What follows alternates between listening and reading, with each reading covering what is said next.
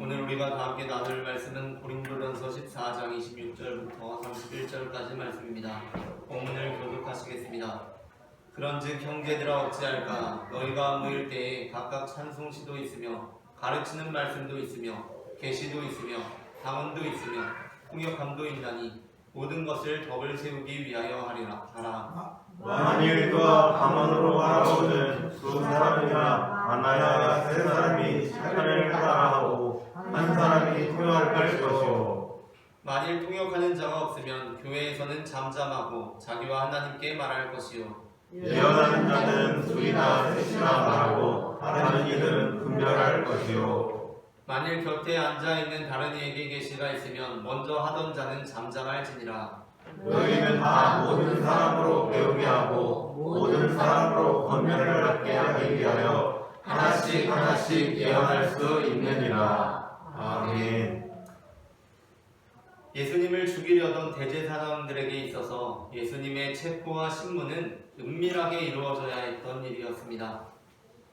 그러나 예수님의 체포와 심문은 복음서에서 가장 중요한 내용으로 자리하고 있고 그 분량으로 보아도 복음서의 핵심임이 분명합니다.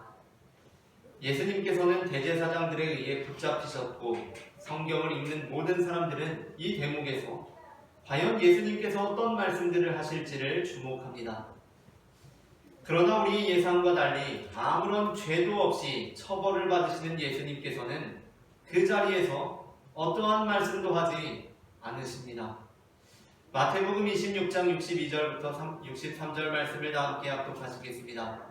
대제사장이 일어나서 예수께 묻되 아무 대답도 없느냐? 이 사람들이 너를 치는 증거가 어떠하냐 하되 예수께서 침묵하시거늘 대제사장이 이르되 내가 너로 살아계신 하나님께 맹세하게 하노니 네가 하나님의 아들 그리스도인지 우리에게 말하라. 아멘. 이러한 침묵하시는 예수님의 태도는 총독 빌라도 앞에서도 그대로 이어집니다. 마태복음 27장 11절부터 14절 말씀을 한 절씩 교독하시겠습니다. 예수께서 총독 앞에 섰음에 총독이 물어 이르되 네가 유대인의 왕이냐? 예수께서 대답하시되 내 말이 옳도다 하시고 대제사장들과 장로들에게 고발을 당하되 아무 대답도 아니하시는지라. 이에 빌라도가 이르되 그들이 너를 쳐서 얼마나 많은 것으로 증언하는지 듣지 못하느냐 하되 한마디도 대답하지 아니하시니 총독이 크게 놀라워하더라. 아멘. 예수님께서는 침묵하시고 한마디도 대답하지 않으십니다. 물론 그렇다고 해서 예수님께서 고난당하시며 정말 아무 말씀도 하지 않으신 것은 아닙니다. 앞서 우리가 읽은 마태복음 26장 63절에서 대제사장이 내가 너로 살아계신 하나님께 맹세하게 하노니 네가 하나님의 아들 그리스도인지 우리에게 말하라 라고 하자 예수님께서는 그 말씀을 받으셔서 64절에서 네가 말하였느니라. 그러나 내가 너희에게 이르노니 이후에 인자가 권능의 우편에 앉아있는 것과 하늘 구름을 타고 오는 것을 너희가 보리라 라고 말씀하시며 또한 우리가 방금 읽은 27장 11절에서도 예수님께서는 네가 유대인의 왕이냐 라는 빌라도의 물음에 네 말이 옳도다 라고 대답하기도 하셨습니다. 그러나 그럼에도 불구하고 체포당하시고 신문당하시는 예수님에 관한 내용들을 살펴볼 때 예수님께서는 평소와는 다르게 거의 침묵에 가까우실 정도로 말씀하시는 것을 매우 절제하셨던 것만은 확실합니다. 참으로 이상합니다. 가장 중요한 순간 모든 사람들이 예수님의 입술로부터 나오는 말씀을 들으려고 귀 기울여 집중한 바로 그 순간 왜 예수님께서는 아무 말씀도 하지 않으신 것입니까? 우리가 생각할 때에는 그때야말로 가장 많은 말씀들을 하셔야 할 것 같은데 말입니다. 고린도전서 14장에서 고린도 교회에 관하여서도 마찬가지입니다. 고린도 교회는 방언의 은사가 넘치게 임한 교회였습니다. 또한 예언의 은사도 넘치게 임한 교회였습니다. 그리고 특별히 그 은사들이 여자들에게 많이 임한 교회였습니다. 그렇다면 그렇게 성령께서 주신 은사는 많이 할수록 좋은 것 아닙니까? 하나님께서 주신 은사들이니 많이 하지 않는 것이 오히려 직무유기 아닙니까? 하나님께서 예수님께서 진리의 말씀을 하실 수 있도록 체포와 신문이라는 상황을 만들어 주셨습니다. 대제사장들이 예수님께 대화를 걸고 총독이 예수님께 대답을 구합니다. 그렇다면 예수님께서는 그 기회를 잘 살려서 많은 말씀을 하셔야 하지 않습니까? 그러나 그렇지 않았습니다. 예수님께서는 잠잠하셨습니다. 그 이유는 성경에 우리의 죄를 대속하시는 그리스도께서 잠잠하실 것이라고 이미 예언되어 있기 때문이었습니다. 이사야 53장 5절부터 7절 말씀을 한 절씩 교독하시고 마지막처럼 함께 읽겠습니다. 그가 찔림은 우리의 허물 때문이요 그가 상함은 우리의 죄악 때문이라. 그가 징계를 받음으로 우리는 평화를 누리고 그가 채찍에 맞음으로 우리는 나음을 받았도다. 우리는 다 양 같아서 그를 행하여 자기 죄를 갚은 여호와께서는 우리 모두의 죄를 그에게 감당시켰도다. 함께 읽겠습니다. 그가 눈물 당하여 괴로울 때도 그의 입을 열지 아니하였으며 마치 도수장으로 데려가는 어린 양과 털 깎는 자 앞에서 잠잠한 양같이 그의 입을 열지 아니하였도다. 아멘. 그러므로 바울 역시 고린도 교회에 방언하는 자들, 예언하는 자들에게 그리고 특별히 그러한 성령의 은사를 받아서 누구의 통제도 받지 않고 하고 싶은 대로 말을 조금이라도 더 하려고 하는 여자들에게 너희가 아무리 하고 싶은 말들이 많을지라도 너희가 아무리 전하고 싶은 말씀이 많을지라도 하나님의 말씀에 복종하여 너희는 잠잠하라고 말씀합니다. 고린도전서 14장 34절부터 37절 말씀을 한 절씩 교독하시겠습니다. 여자는 교회에서 잠잠하라. 그들에게는 말하는 것을 허락함이 없나니 율법에 이른 것 같이 오직 복종할 것이요. 만일 무엇을 배우려거든 집에서 자기 남편에게 물리치니 여자가 교회에서 말하는 것은 부끄러운 것이라. 하나님의 말씀이 너희로부터 난 것이냐 또는 너희에게만 임한 것이냐. 만일 누구든지 자기를 선지자나 혹은 신명한 자로 생각하거든 내가 너희에게 편지하는 이들이 주의 명령인 줄 알라. 아멘. 어떤 분들은 이 본문을 읽으면서 왜 여자한테만 잠잠하라고 하느냐, 이건 여성을 차별하는 것 아니냐, 여자를 무시하는 것 아니냐, 그렇게 주장하기도 합니다. 그러나 우리는 성경에서 이사야 선지자를 통하여서 하나님께서 그리스도에게 잠잠하라고 하셨다는 것을 기억해야 합니다. 성경을 통하여 그리스도에게 잠잠하라고 하신 것은 그리스도를 차별한 것입니까? 그리스도를 무시하는 것입니까? 아닙니다. 그리스도이기 때문에 잠잠하라고 하신 것입니다. 여자에게 역시 마찬가지입니다. 여자들은 잠잠하라고 한 것은 여자를 무시하거나 여자를 차별하는 것이 아닙니다. 그렇기 때문에 여자들 역시 그리스도께서 말씀에 순종하여 잠잠하셨던 것 같이 여자들도 잠잠해야 한다는 것입니다. 갈라디아서 5장은 성령의 열매 중 절제를 말씀합니다. 22절부터 23절을 다 함께 합독하시겠습니다. 오직 성령의 열매는 사랑과 희락과 화평과 오래 참음과 자비와 양성과 충성과 온유와 절제니 이 같은 것을 글귀할 법이 없느니라. 아멘. 갈라디아서 본문에 의하면 우리가 방언의 은사를 받았다고 해서 내가 하고 싶은 대로 방언의 은사를 무절제하게 사용하는 것은 하나님의 뜻이 아닙니다. 또한 예언의 은사를 받았다고 해서 내가 하고 싶은 대로 예언의 은사를 무절제하게 사용하는 것 역시 하나님의 뜻이 아닙니다. 뿐만 아니라 여자인 내가 나 역시 하나님의 부르심을 받아 예수 그리스도의 제자가 된, 그리고 성령의 은사를 받은 남자와 동등한 사람이라고 여기고 남자와 대등해지는 것을 넘어 남자를 무시하게 되는 것은 하나님의 뜻이 아닙니다. 고린도전서 14장은 이러한 내용에 대하여 특별히 우리가 어떠한 경우 성령의 은사를 절제하고 잠잠해야 하는지 말씀합니다.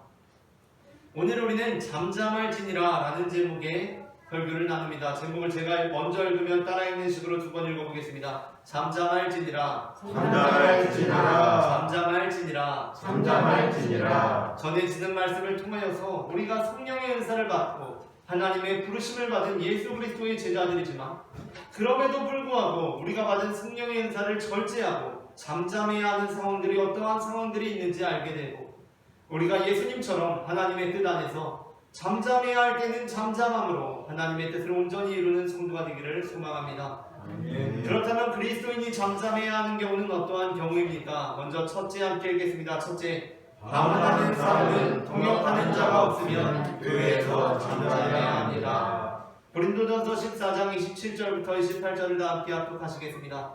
만일 누가 방언으로 말하거든 두 사람은 나와 한 사람이 차라를 따라하고 하고 한 사람이 통역할 것이요 만일 통역하는 자가 없으면 교회에서는 잠잠하고 자기와 하나님께 말할 것이요. 아멘. 방언이란 사람이 이해할 수 없는 언어로 기도하고 말하는 것을 의미합니다. 여기서 사람이 이해할 수 없다는 것은 당연히 듣는 사람이 이해할 수 없다는 것이지만 또한 그뿐만 아니라 말하는 자신도 자신이 무슨 말을 하는 것인지 이해할 수 없다는 것을 의미합니다. 물론 그럼에도 불구하고 방언의 은사도 유익이 있습니다. 그러므로 바울은 방언의 은사를 결코 전적으로 금지하지 않습니다. 다만 그러한 방언의 은사가 공동체 내에서 무질서하고 무절제하게 사용되는 것에 대해서는 엄격하게 금지하고 있습니다. 그 이유는 그렇게 말하는 이도 듣는 이도 이해할 수 없는 방언이 교회 내에서 통역 없이 사용될 때 교회는 혼란스러워질 수 있기 때문입니다. 우리의 말은 마음을 담는 그릇입니다. 아무리 맛있는 음식도 지저분한 그릇에 담기게 되면 그 음식이 지저분한 그릇에 담기는 순간 그 음식 역시 오염되어서 누구도 그 음식을 기쁜 마음으로 먹을 수가 없듯이 내가 아무리 좋은 마음이라고 하더라도 그 마음을 지저분한 말에 담아서 준다면 그 좋은 마음을 어느 누구도 정겹게 받아들일 수 없습니다. 그래서 우리는 우리의 마음을 말로 잘 표현하는 법을 배워야 합니다. 하지만 그러면서도 우리는 우리의 뜻을 분명하게 전달할 필요는 있는 것입니다. 우리의 말에 잘 담아서 주었는데 마음에 너무 잘 담다 보니까 우리의 뜻이 제대로 전달되지 않는다면 그것도 옳은 일이 아니라는 것입니다. 가끔 대화를 하다 보면 그 속마음을 절대로 드러내 보이지 않는 사람이 있습니다. 말로 포장을 너무 많이 해서 도저히 이것이 무슨 음식인지를 모르겠는 것입니다. 차라리 이렇게 해줘 라고 얘기를 했으면 좋겠는데 그렇게 말을 하지 않고 돌려서 이야기를 합니다. 그러면 그 말을 듣는 사람은 참 어려운 것입니다. 일을 할 때도 상사가 이 보고서에서 중요한 단어들은 글자를 빨간색으로 수정해서 다시 해와 라고 하면 차라리 쉽습니다. 좀 화내듯이 말해도 차라리 일이 쉽습니다. 이거 다시 해와, 빨간색으로 해와 하면 차라리 쉽습니다. 그런데 참 친절하게 이 보고서 말이야 다 좋은데 뭔가 좀 명확하게 안 들어오네, 다시 좀 해줘 하면 아무리 친절하게 말해도 참 어려운 것입니다. 어떻게 더 명확하게 하라는 것인지 잘 모르겠습니다. 그 이유는 상대방의 의도를 명확하게 이해할 수가 없기 때문입니다. 그럴 때 다시 해가면 이것도 아닌데 미안한데 다시 좀 해줘 하고 그 지시를 받기가 일쑤입니다. 얼마나 어렵습니까? 차라리 화를 좀 내더라도 이거 빨간색으로 해봐 하는 게 낫지 아닌데 다시 좀 해줘 마음을 드러내지 않으면 참 어렵습니다. 그런데 단순히 이 정도 돌려서 말하는 수준이 아니라 그 속마음이 어떠한 것인지를 모르는 것을 넘어서 교회에서 방언으로 성도들이 대화를 하고 교회에서 방언으로 임원들이 회의를 한다면 어떻겠습니까? 고린도 교회에는 방언 받은 것을 자랑스러워하는 성도들이 많이 있었습니다. 그래서 말을 방언으로 한 것입니다. 회의를 하는데 방언으로 이야기를 합니다. 임원 회의를 하는데 어떤 임원이 방언으로 자기 의견을 제시합니다. 그렇다면 어떻게 되겠습니까? 듣는 사람도 그 말이 무슨 말인지 모르지만 심지어 이것은 말하는 사람도 무슨 말인지 알 수 없는 언어여서 내 의도와는 전혀 다른 말을 한 것일 수도 있다는 것입니다. 회의를 하다가 내가 화가 나서 방언으로 뭐라 이야기를 했습니다. 당신 정말 마음에 안 든다는 마음으로 방언으로 이야기를 했습니다. 그런데 그것은 마치 외국 영화를 볼 때 자막이 잘못되어서 어긋나는 것처럼 내가 너를 얼마나 사랑하는지 알아? 라는 성령의 언어일 수도 있다는 것입니다. 본인도 알지 못하기 때문입니다. 그러니 도대체 듣는 사람도 알 수 없고 말하는 사람도 알 수 없는 그 방언이 교회에서 함께 덕을 세우는데 어떠한 유익이 될 수 있겠습니까? 그러니 바울은 교회에서 통역 없이 방언을 하다 보면 교회 안에 혼란이 생길 수 있으니 반드시 교회에서는 통역을 세우고 방언을 하라고 말씀합니다. 다음으로 둘째 함께 읽겠습니다. 둘째, 예언하는 사람은 다른 이에게 계시가 있으면 잠잠해야 합니다. 고린도전서 14장 29절부터 31절 말씀을 다 함께 합독하시겠습니다. 예언하는 자는 둘이나 셋이나 말하고 다른 이들은 분별할 것이요 만일 곁에 앉아있는 다른 이에게 계시가 있으면 먼저 한 자는 잠잠할지니라. 너희는 다 모든 사람으로 배우게 하고 모든 사람으로 권면을 받게 하기 위하여 하나씩 예언할 수 있느니라. 아멘. 예언은 하나님의 계시를 통해 맡겨진 말씀을 전하는 것입니다. 우리가 지난주에 말씀을 나누었던 것처럼 방언도 두 가지 뜻이 있고 예언도 두 가지 뜻이 있는데, 이 고린도전서 14장에서의 예언은 하나님의 계시를 통해 맡겨진 말씀을 전하는 것입니다. 하나님께서 나에게 이런 말씀을 하라고 하십니다. 그래서 그 말씀을 전합니다. 여기서 말씀은 공식적인 예배에서 전하는 설교라기보다는 성도 간의 교제에 있어서 나누는 일상적인 모든 말씀들을 의미합니다. 그 모든 말씀들이 예언의 말씀이라는 것입니다. 우리가 다 성령을 받은 사람들이기 때문입니다. 그때 우리는 성도를 위로하기도 하고 권면하기도 하고, 때로는 내가 알고 있는 지식에 의해서 어떠한 것들을 제안하기도 하고, 때로는 경책하는 의미에서 상대방에게 하나님께서 나에게 주신 말씀들을 전할 수 있습니다. 하지만 여기에도 규칙이 있습니다. 그것은 그 말하는 어떠한 사람이 주신 주도권을 갖고 계속 예언을 하려고 해서는 안 되고, 다음 사람이 예언하려고 하면 앞선 사람은 잠잠히 그에게 주도권을 내어주어야 한다는 것입니다. TV 토론의 기본은 그 토론에 규칙이 있다는 것입니다. 그 규칙들 중에는 발언 시간 그리고 발언 순서 같은 것들이 있고, 주도권에 관한 것들도, 그런 규칙들도 있습니다. 그러한 규칙이 없이 토론이 진행되면 그것은 결코 토론이 될 수 없습니다. 그것은 토론이 아니라 그냥 서로 자기만 주도권을 갖고 계속해서 말하려고 하는 말싸움밖에 안 되는 것입니다. 교회에서 예언이라는 건 역시 무질서하고 무절제하게 이루어지게 되면 그것은 설령 그것이 하나님의 말씀을 받아 하는 예언이라고 해도 더 이상 공동체적인 의미에서 예언이 될 수 없습니다. 노래방에서 꼴불견 1위는 처음부터 마이크를 잡고 절대로 놓지 않는 사람입니다. 교회에서도 마찬가지입니다. 내가 일주일 동안 아주 좋은 말들을 많이 준비해 왔습니다. 명언을 막 외워왔습니다. 그렇게 아무리 좋은 말이라고 해도 나만 계속해서 말하는 것은 안 된다는 것입니다. 교회에서는 그렇게 해서는 안 됩니다. 다른 사람이 말을 하려고 해도 내가 계속해서 말하려고 해서는 안 됩니다. 다른 사람도 말할 수 있는 기회를 주어야 하는 것입니다. 도로 위의 모든 차량은 신호의 통제를 받습니다. 우리는 빨간불이 들어오면 서야 하고 파란불이 들어와야만 갈 수 있습니다. 그리고 또 교통체증이 있을 때 능숙한 운전자라면 교차로에서 내 차선에 파란 신호가 어느 정도 오래 지속되었다고 생각이 되면 아무리 파란불이어도 교차로에 진입하지 않고 미리 정지선에 멈춰서 상황을 지켜봐야 합니다. 지금 파란불이라고 해서 무턱대고 생각 없이 그 교차로에 정지선을 넘어서 지속하려고 하다 보면 꼬리물기가 되어서 다른 운전자들에게 민폐가 되고 참 민망하고 미안한 일들이 벌어집니다. 지금 내가 너무 오래 말하는 것 같습니다. 파란불이긴 한데 지금 너무 오래 말했습니다. 그러면 잠잠해야 한다는 것입니다. 상황을 보아야 한다는 것입니다. 교회에서도 마찬가지입니다. 내가 너무 오래 말했구나, 내가 너무 많이 말했구나, 너무 나만 말했구나 싶으면 우리는 그만 말할 수 있는 미덕도 갖추어야 하는 것입니다. 그렇지 않을 때 교회 역시 꽉 막힌 도로처럼 그리스도의 몸이 마비된다는 것입니다. 마지막으로 셋째, 함께 읽겠습니다. 셋째, 율법에 도전하며 남편을 무시하는 여자는 잠잠해야 합니다. 고린도전서 14장 34절부터 35절 말씀을 다 함께 읽겠습니다. 여자는 교회에서 잠잠하라. 그들에게는 말하는 것을 허락함이 없나니 율법에 있는 것 같이 오직 복종할 것이요, 만일 무엇을 배우려거든 집에서 자기 남편에게 물을 주니 여자가 교회에서 말하는 것은 부끄러운 것이라. 아멘.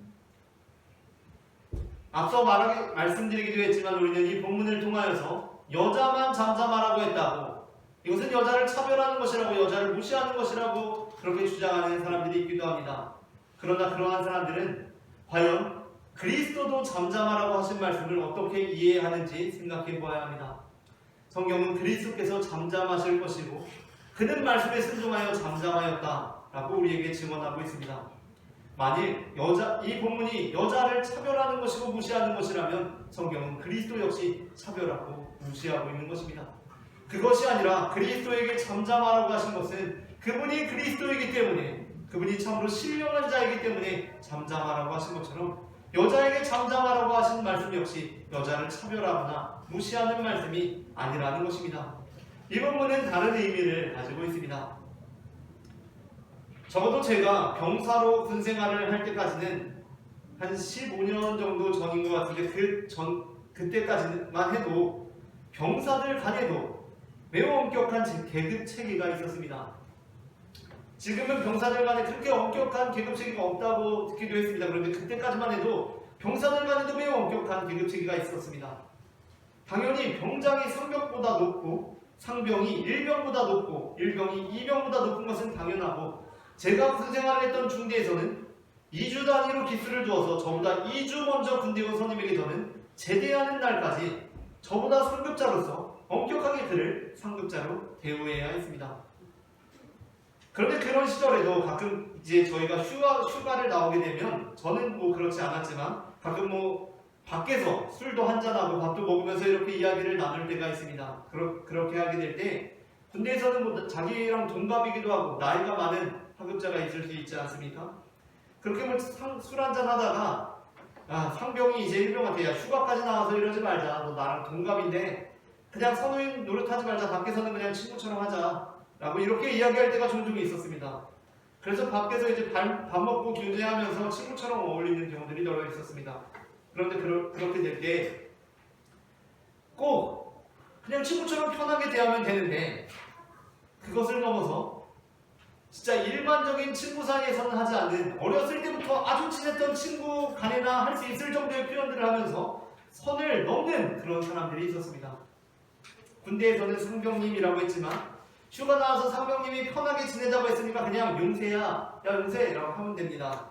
그런데 거기서 선을 넘어서 용세야라고 부르는 게 아니라 무슨 아주 어렸을 때부터 알고 지낸 친구처럼 막 아주 친근한 욕설로 부르는 것입니다. 제가 여기서 말을 할 수는 없지만 그렇지 않습니까? 친구를 부를 때 용세야라고 부르지 않지 않습니까? 막 욕으로 부르는 것입니다. 나는 그냥 편하게 지내자는 게 서로 이름을 부르자는 것이었는데 욕설로 대하는 사람들이 있는 것입니다. 그러면 어떻습니까? 그것은 그 상병의 의도는 아닌 것입니다. 편하게 지내자고 한 게 나를 욕으로 막 부르고 너무 편하게 하자는 것은 아닌데, 그렇게 나오면 선을 넘는 거라는 것입니다. 고린도 교회는 하나님의 뜻 안에서 남자와 여자가 하나 된 교회였습니다. 이제 교회 안에서는 여자라고 해서 결코 남자보다 못한 존재가 아닙니다. 그런데 문제가 생겼습니다. 여자들이 우리도 이제 남자들보다 결코 못한 존재가 아니라는 것을 받아들이면 되는데, 거기서 선을 넘어서 오히려 남자들을 무시하는 상황이 벌어졌던 것입니다. 그냥 용세야라고 부르면서 편하게 지내면 되는데 막 너무 선을 넘는 것입니다. 하는 말들이. 그래서 결혼한 여자들 중에는 자기 남편을 무시하는 상황들이 벌어졌습니다. 그에 대해 바울은 그런 여자들은 교회에서 잠잠하라고 말씀합니다. 영적으로 성숙한 남편들이 이제 여자를 자신보다 못한 존재로 여기지 않고 자신들과 대등한 존재로 여기고 아내들의 말에 귀를 기울여야 하는 것처럼, 영적으로 성숙한 아내들 역시 남편들과 대등해졌다고 해서 남편들을 무시하고 막대하는 것이 아니라 남편의 말에 귀를 기울여야 합니다.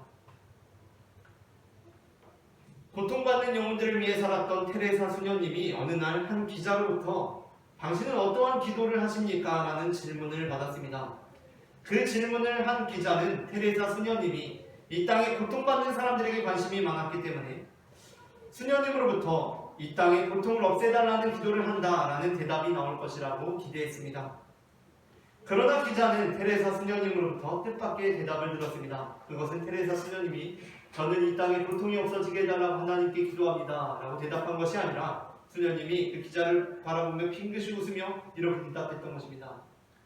저는 주로 듣습니다 라고 대답했던 것입니다. 그러자 기자가 다시 물었습니다.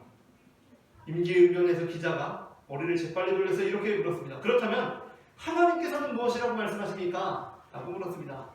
기자는 자신의 기지에 스스로 감탄하면서 이번에는 테레사 수녀님이 주님께서는 저에게 고통받는 자들을 도우시라고 하십니다 라고 그렇게 대답할 것이라고 예상했습니다.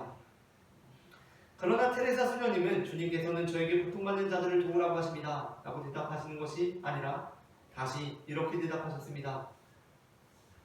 주님께서도 들으십니다 라고 말입니다. 우리는 많이 말하고 싶어 합니다. 이제 나도 영적인 은사를 받았으니 남편을 좀 가르쳐야겠습니다. 남편을 보니까 진리에 대해서 아는 바가 별로 없습니다. 하지만 나는 성경도 배웠고 교회도 다니고 창세기도 많이 알고 부활에 대한 지식도 쌓았고 성령도 받았습니다. 그러니 이제 남편을 좀 내가 가르쳐야겠습니다. 남편에게 해줄 말이 아주 많습니다. 지금 출근해서 없는데 집에만 오면 아주 내가 해줄 말이 많습니다. 그래서 퇴근하고 돌아온 남편을 속회 예배드리듯이 꾸려 앉혀놓고 신령한 말씀들을 전하기 시작합니다. 그러나 바울은 이렇게 말씀합니다. 영적으로 성숙해졌다면, 네가 신령한 자라고 한다면 많이 말하려고 하지 말아라. 잠잠하라. 그리고 그로부터 배우려고 해보아라. 오히려 그의 말을 잘 들으려고 해보아라 라고 말합니다. 하루 종일 일터에서 고생하고 온 남편을 속회 예배드리듯이 꾸려 앉혀놓고 성경책 펴고 설교를 하는 것이 영적으로 성숙한 것이 아닙니다. 그게 아니라 오늘도 고생하고 돌아온 남편에게 여보 오늘도 고생 많았어. 힘든 일 많았지? 라고 그의 말을 들어보려고 하는 것입니다. 그럼 남편의 반응이 또 그냥 그랬지 뭐 하는데 무슨 일 있었는데 왜 그랬는데 라고 계속 추궁해서도 아닙니다. 그게 바로 잠잠해야 하는 이유입니다.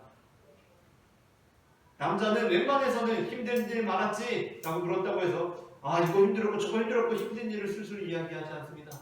그래서 성경에는 남자에게 잠잠하라는 말씀은 없습니다. 남자는 원래부터 잠잠하기 때문입니다. 그러면 그냥 잠잠히 두고 지내다 보면 어느새인가 그가 말하기 시작합니다. 오늘 힘든 일 많았지? 그냥 그랬지 뭐. 다음에 여보 오늘 고생하고 힘든 일 많았지? 그렇게 지내다 보면 어느 순간 그가 말하기 시작한다는 것입니다. 여호수아 6장에서 하나님께서는 여리고를 도는 이스라엘에게 여리고를 도는 동안은 아무 말도 하지 말라라고 명령하십니다. 10절 말씀을 다 함께 읽겠습니다. 여호수아가 백성에게 명령하여 이르되 너희는 외치지 말며 너희 음성을 들리게 하지 말며 너희 입에서 아무 말도 내지 말라. 그리하다가 내가 너희에게 명령하여 외치라 하는 날에 외칠지니라. 아멘. 왜 하나님께서는 이스라엘 백성들이 여리고를 도는 동안은 아무 말도 내지 말라고 하신 것입니까? 그냥 좀 이야기하면서 돌면 안 됩니까? 그 이유는 하나님께서 그들의 입에서 좋지 않은 말들, 부정적인 말들이 나올 것을 차단하시기 위해 침묵을 요구하셨던 것입니다. 우리가 하나님의 일을 한다고 해서 부정적인 말들이 안 터져 나오는 것이 아닙니다. 우리가 성령의 사람이라고 해서 우리의 입술에서 내 소리가 안 나오는 것이 아닙니다. 성령과 상관없는 내 소리들이 나옵니다. 여리고를 도는 것은 분명한 하나님의 일이었습니다. 하나님의 사역이었습니다. 그런데 하나님의 일을 하고 하나님의 사역을 하는 사람이니까 불평 원망이 안 나옵니까? 아닙니다. 그 일을 하면서도 불평 원망은 터져 나오는 것입니다. 내가 성령 받은 사람이니까 성령의 언어만 말합니까? 아닙니다. 내 말들이 나옵니다. 그래서 하나님께서는 우리에게 잠잠하라고 하십니다. 좋은 음식을 많이 먹는 것보다 안 좋은 음식을 안 먹는 것이 중요하듯이 우리의 삶 역시 좋은 말들을 많이 하는 것보다 안 좋은 말을 하지 않는 것이 더 중요합니다. 제가 보니까 어떤 사람이 막 영양제 먹고 좋은 것들을 엄청 찾아 먹습니다. 그런데 좋은 것들을 많이 찾아 먹을 뿐만 아니라 안 좋은 것들도 많이 먹습니다. 그러면 아무 효력이 없는 것입니다. 차라리 좋은 음식을 많이 먹으려고 하는 것보다 안 좋은 음식을 안 먹는 것이 더 중요한 것입니다. 우리의 삶 역시 좋은 말을 많이 하는 것도 중요하지만 안 좋은 말을 안 하는 것도 중요한 것입니다. 하나님께서 우리에게 원하시는 것은 성령의 통제를 받는 품위 있고 질서 있는 기도입니다. 하나님께서는 하나님의 일을 한다 해도 자기 입술 하나 다스리지 못하고 여리고를 하루 이틀 사흘 나흘 돌면서 야 되겠냐 이거?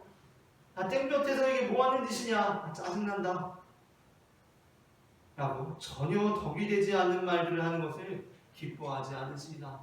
그래서 너희 그냥 아무 말도 하지 말아라 라고 하십니다. 말씀을 마칩니다. 그리스도인들 중에서 방언하는 사람은 통역하는 자가 없으면 교회에서 잠잠함으로 교회의 혼란을 방지해야 하고, 예언하는 사람은 다른 이에게 계시가 있으면 잠잠함으로 교회의 마비를 방지해야 하며, 율법에 도전하며 남편을 무시하는 여자는 잠잠함으로 품위 있고 질서 있는 들음의 기도를 하나님 앞에 올려드려야 합니다. 우리 모두가 잠잠함으로 하나님의 뜻에 합당한 삶을 살아가는 성도가 되기를 바랍니다.